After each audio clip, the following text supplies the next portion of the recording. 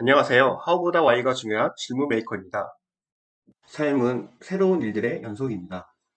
태어나서 말하고 걷는 것도 처음 겪는 새로운 일입니다. 초등학교에 입학하면 처음으로 학생이 되어 새로운 생활을 시작합니다. 그리고 학교를 졸업하면 사회인으로서 첫 발을 내딛게 됩니다. 신입사원이 되면 새로운 일들을 경험하게 됩니다. 회사에서 다른 직무를 맡게 되거나 이직하거나 나만의 사업을 펼치게 되면 또다시 새로운 일을 하게 됩니다. 여러분은 새로운 일을 시작하실 때 가장 먼저 무엇을 고민하시나요? 일 잘한다고 칭찬을 받던 사람이 한 조직의 리더가 되고 나서는 성과를 못 내는 경우가 있습니다. 원인은 리더가 되었는데도 기존에 일하던 방식대로 일하고 있기 때문입니다. 왜 그럴까요? 직무가 바뀌면 매뉴얼이나 다른 사람들의 일하는 모습을 보면서 어떻게 일해야 되는지 배웁니다. 하지만 왜 그것을 하는지, 성과를 내기 위해 무엇을 정리해야 하는지를 고민하는 사람은 많지 않습니다.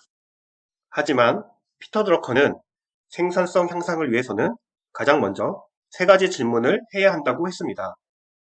해야 할 과업은 무엇인가? 우리가 무엇을 수행하려 하는가? 그리고 왜 그것을 해야 하는가? 즉, how가 중요한 것이 아니라 what과 why가 중요한 것입니다.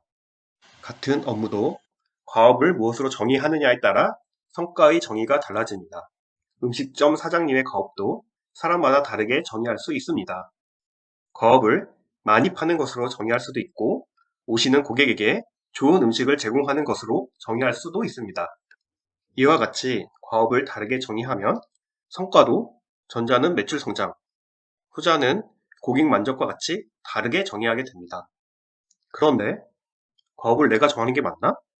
회사가 정해주는 거 아닌가? 라는 반문을 할 수 있습니다. 하지만 과업이 주어지는 것보다 내가 과업을 정하면 주도성이 생깁니다. 나 스스로 과업을 정하고 과업의 방향성에 대해 상사와 논의해야 합니다. 과업과 성과가 정해졌으면 다음으로 해야 할 것은 내가 무엇을 모르는지 아는 것입니다. 다르게 표현하면 이 과업을 위해 어떤 새로운 지식이 필요한가를 아는 것입니다.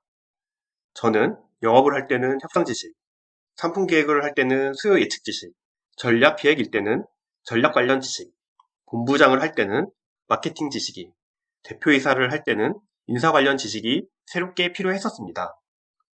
새로운 지식을 쌓기 위해 공부해야 합니다. 과업을 수행하는데 필요한 지식을 습득하지 않으면 성과를 낼 수 없습니다. 지식을 습득했다면 빠른 실행이 필요합니다.